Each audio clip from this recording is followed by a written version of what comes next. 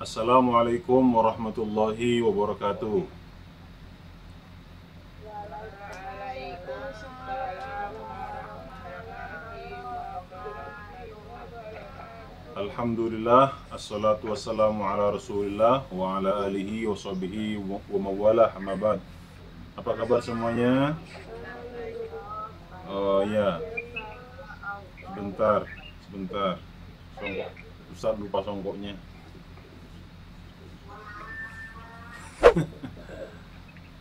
Sudah sarapan belum? Sudah sahur maksudnya? Sudah ya? Sudah, alhamdulillah. Ada yang tidak puasa hari ini? Puasa semua ya?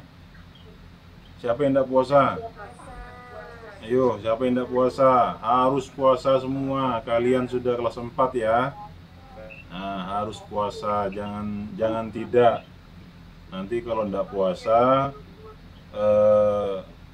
badannya tambah melal loh. Harus puasa biar sehat. Oke, pada kesempatan ini ya, Ustadz akan menyampaikan tentang pentingnya bersikap jujur dan ikhlas. Ya, ini sebenarnya salah satu tema mata pelajaran kita. Jadi sekalian kita mengisi kegiatan ini dan juga sekaligus ini juga salah satu tema pembelajaran kita. Jadi nanti tema mendatang hari Selasa depan ya kita sudah belajar. Baik, waktu kita tidak panjang, waktunya hanya 15 menit tadi yang disampaikan ya. Jadi kita akan mempercepat. Jadi kalian harus pasang telinga ya, siap-siap tangannya mencatat biar tidak tertinggal apa yang disampaikan Ustaz. Ya, nanti ada yang ketinggalan lagi. Baik, kita akan bicara tentang jujur dan ikhlas. Apa itu jujur? Ya, ada yang tahu apa itu jujur?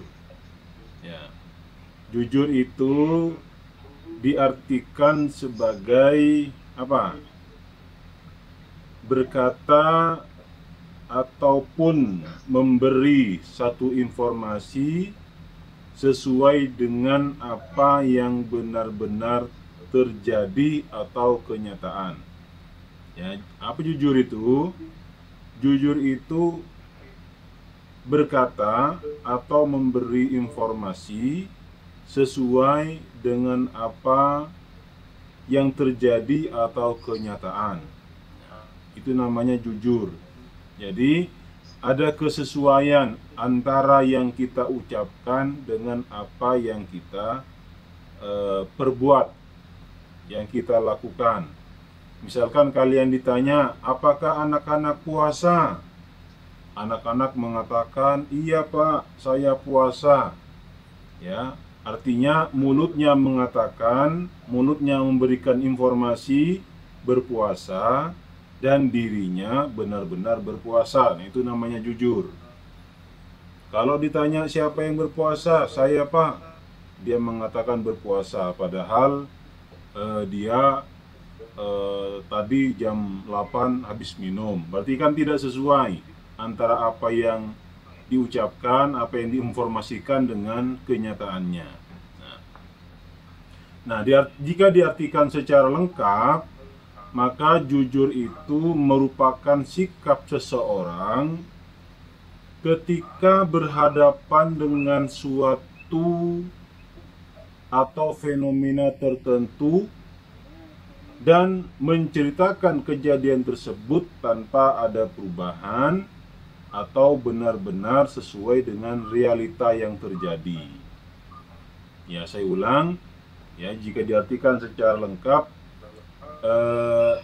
jujur merupakan sikap seseorang ya ketika berhadapan dengan sesuatu tertentu dan menceritakan kejadian tersebut tanpa ada perubahan atau benar-benar sesuai dengan realita yang terjadi. Jadi dia menyampaikan informasi atau menyampaikan apapun sesuai dengan kenyataannya. Ya, intinya mengatakan sesuatu, menyampaikan informasi sesuai dengan realita atau kenyataan. Nah, Nabi Muhammad menganjurkan bahkan mewajibkan kita semua untuk berbuat dan berkata jujur. Ya, umat Nabi Muhammad tidak boleh berkata dusta, karena dusta itu atau kadzab pendusta, orang yang tercela. Jadi anak-anak harus berkata jujur. Nah, jujur, siddiq itu kan salah satu sifat Nabi. Ya, kemarin masih ingat enggak pembelajaran yang kemarin? Sifat Nabi apa saja? Di antaranya siddiq, selain siddiq apa? Ada fatonah, ya kan? Amanah, bagus, apa lagi? Tabligh, ya. Jadi siddiq itu jujur. Jadi Nabi itu memberikan informasi, menyampaikan berita sesuai kenyataan, sesuai realita. Itu yang dikatakan jujur. Nah, ya. Jadi saya kira kalian paham tentang jujur. Ya. Jujur ini sifat orang yang beriman. Ya, sifat orang yang beriman. Dan dusta sifat orang-orang yang munafik. Jadi kalau kalian beriman harus berkata jujur. Kemudian, apa dalilnya tentang kejujuran? Dalil tentang kejujuran surat Al-Ahzab ayat 70 dan 71. Ini tentang jujur. Ya, surat Al-Ahzab ayat 70 dan 71. Allah berfirman, Ya ayyuhalladzina amanu taqullaha wa qulu qawlan sadida yuslih lakum a'malakum wa yaghfir lakum dhunubakum wa may yuti'illaha wa rasulahu faqad faza fawzan 'azima. Hai orang-orang yang beriman, bertakwalah kamu kepada Allah dan katakanlah perkataan yang benar. Ya, disuruh kita, diperintah kita berkata perkataan yang benar. Perkataan yang keluar dari mulut sesuai dengan ucapan. Perkataan yang keluar dari mulut sesuai dengan hati nurani. Sesuai dengan hati kalian, sesuai dengan apa yang diperbuat kalian. Seperti tadi contohnya, anak-anak puasa enggak? Puasa. Ya, kalau itu kenyataan berarti kalian jujur. Ya, kalau tidak sesuai kenyataan itu namanya dusta.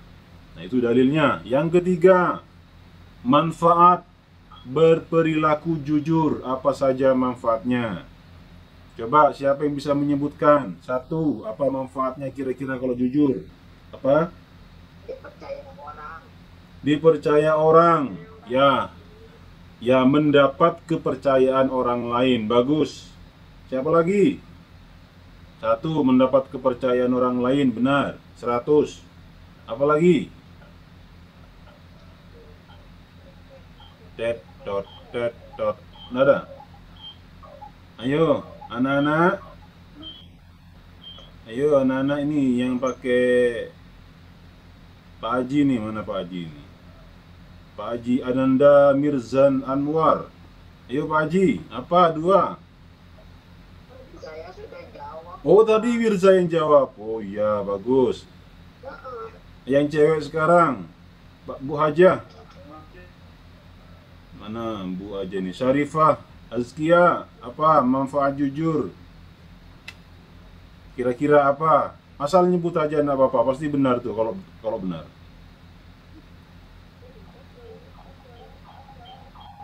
Hah?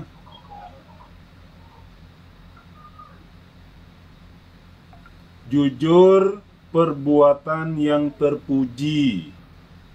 Ya. Tadi mendapat kepercayaan orang lain, kemudian akhlak yang terpuji. Apalagi manfaat jujur yang ketiga, mendapatkan surga Allah. Orang yang jujur itu kan akan mendapatkan surga Allah. yang keberapa lagi? Keempat. Jujur itu membuat hati orang tenang. Ya, jujur itu membuat hati orang tenang. Nih, ada kata-kata pepatah. Ya, ada pepatah ini. Kalian harus catat baik-baik. Nah, jujur itu akan menjadikan masalah masa lalu. Nah, gitu. Ini kata pepatah ini, bukan kata saya ya. Kata pepatah itu maksudnya kata-kata hikmah. Jujur itu menjadikan masalah masa lalu, sedangkan dusta menjadikan masalah masa depan. Paham tidak maksudnya apa itu? Jujur itu akan menjadikan masalah masa lalu, sedangkan dusta akan menjadikan masalah masa depan. Maksudnya begini, kalau orang jujur, masalah selesai. Kalau orang jujur sekarang, maka masalah itu akan selesai. Ya, tapi kalau berbohong, masalah itu belum selesai dan bisa jadi dia akan terungkap di masa yang akan datang. Ya, jadi kejujuran itu akan menjadikan masalah selesai, masalah masa lalu, tapi dusta akan menjadikan masalah masa depan. Nah, jadi kalau kalian jujur, selesai. Misalkan ada masalah nih, ini siapa ini yang berbuat begini? Saya Pak. Nah, selesai sudah, ya kan?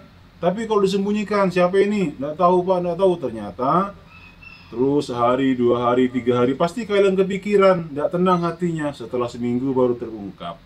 Jadi jujur menjadikan masalah masa lalu, dusta akan menjadikan masalah masa depan. Ya, jadi jangan jadikan masalah, jangan nyimpan masalah muncul kemudian di masa depan. Baik. Orang jujur yang keempat, 4 atau kelima ini.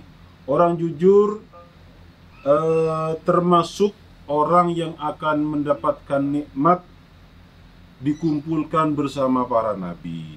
Jadi orang yang jujur nanti di surga dikumpulkan dengan bersama para nabi. Ya.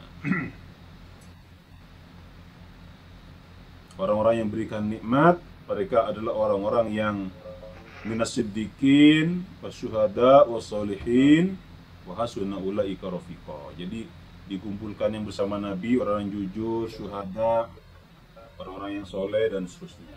Baik, itu tentang jujur. Ya, selesai tentang jujur. Ya, sekarang kita ikhlas. Tadi kita jujur, sekarang kita ikhlas. Sama imbasnya ini kalau kita puasa. Puasa itu memerlukan kejujuran. Puasa itu melatih kita berbuat jujur. Kalau kalian tidak jujur ketika puasa, misalkan kalian mau wudhu, habis itu kumur-kumur 3 kali, airnya yang keluar 2 kali, yang satunya ditelan misalkan. Nah, atau siang-siang sembunyi-sembunyi masuk dapur minum. Nah, itu tidak jujur. Ya. Jadi puasa itu mengajarkan kepada kita kejujuran. Nah, setelah kita jujur, sekarang kita ikhlas. Nah, kita ikhlas. Kita membahas tentang ikhlas. Ikhlas ini yang kedua, yang terakhir ya. Ikhlas artinya melakukan amal ibadah dan perbuatan yang baik hanya karena Allah. Kalian belajar karena siapa? Karena dimarahi bapak, dimarahi ibu, belum ikhlas. Kalian sholat karena apa? Takut dimarahi ustadz, takut dimarahi bapak, takut dimarahi ibu. Itu belum ikhlas. Kalian puasa kenapa? Puasa karena kalau selesai puasa nanti dibelikan mainan Lego. Belum ikhlas tuh. Ya, kalian puasa kenapa? Nanti kalau selesai puasa dibelikan baju baru. Belum ikhlas. Nah, jadi sekarang kalian sudah besar. Kalau kalian waktu masih kecil, masih kelas 1, 2, 3, enggak apa-apa. Nah, ayo puasa, nanti kalau puasa dibelikan Lego, dibelikan mainan. Nah, itu enggak apa-apa, masih kecil. Sekarang kalian sudah besar. Ya, harus belajar ikhlas, ya. Puasa ya karena perintah Allah, bukan karena perintah orang tua. sholat karena Allah, bukan takut orang tua. Nah, lawannya ikhlas apa? Kemarin kita pernah bahas. Lawan ikhlas artinya adalah riya. Apa itu riya? Riya itu ingin memperlihatkan amal perbuatannya. Ya, riya itu ingin memperlihatkan amal perbuatannya. Jadi kalau ikhlas itu dia beramal semata karena Allah, tidak ingin terlihat oleh orang lain. Kalau riya itu ingin terlihat oleh orang lain biar dipuji. Contoh, kalian mau bersedekah. Ya, kalian mau bersedekah, orang yang ikhlas dia bersedekah ya tidak ingin dipuji orang lain. Dia ikhlas karena Allah. Tapi kalau riya, diumumkan tuh sedekahnya. Wih, saya sedekah nih. Ini tadi malam saya sedekah loh di masjid, di kotak infak 100.000. Banyak loh, saya ini orang kaya, jadi saya sedekahnya banyak. Nah itu tidak ikhlas. Jadi kalau kalian mau ikhlas, taruh uang infak misalkan 50.000, 10.000, terserah. Ya, ikhlas. Tidak perlu diceritakan kepada orang lain. Nah, itu namanya ikhlas. Jadi ikhlas itu melakukan amal ibadah apa saja semata karena Allah. Ciri ikhlas antara lain melaksanakan tugas dengan tulus hati karena Allah, tidak karena sombong, tidak karena riya dan seterusnya. Dari dalil ikhlas, ya, dalilnya surat Al-Bayyinah ayat 5. Kemudian dalilnya juga surat Az-Zumar ayat 2 dan 3. Nah, itu. Wa ma umiru illa liya'budullaha mukhlishina lahuddin hunafa. Az-Zumar, inna anzalna ilaikal kitaba bil haqqi fa'budillaha mukhlishan lahuddin. Nah, itu dalil ikhlas. Artinya nanti kalian lihat di buku kalian. Terakhir, manfaat ikhlas. Ya, manfaat ikhlas pertama menambah banyak teman. Ya, pertama menambah banyak teman, disayang Allah. Kemudian yang penting hati tidak merasa kecewa. Ciri orang ikhlas itu tidak kecewa. Kalau kita masih sering kecewa, berarti masih belum ikhlas. Orang ikhlas tidak merasa kecewa. Karena apa? Dia berbuat bukan untuk manusia, tapi dia berbuat untuk Tuhan. Baik, saya kira itu saja ya tentang jujur dan ikhlas ya yang bisa Bapak sampaikan pada kesempatan pagi hari yang berbahagia ini. Mudah-mudahan bermanfaat untuk kita semua. Bapak akhiri, mohon maaf jika ada kata-kata yang kurang berkenan. Wassalamualaikum warahmatullahi wabarakatuh.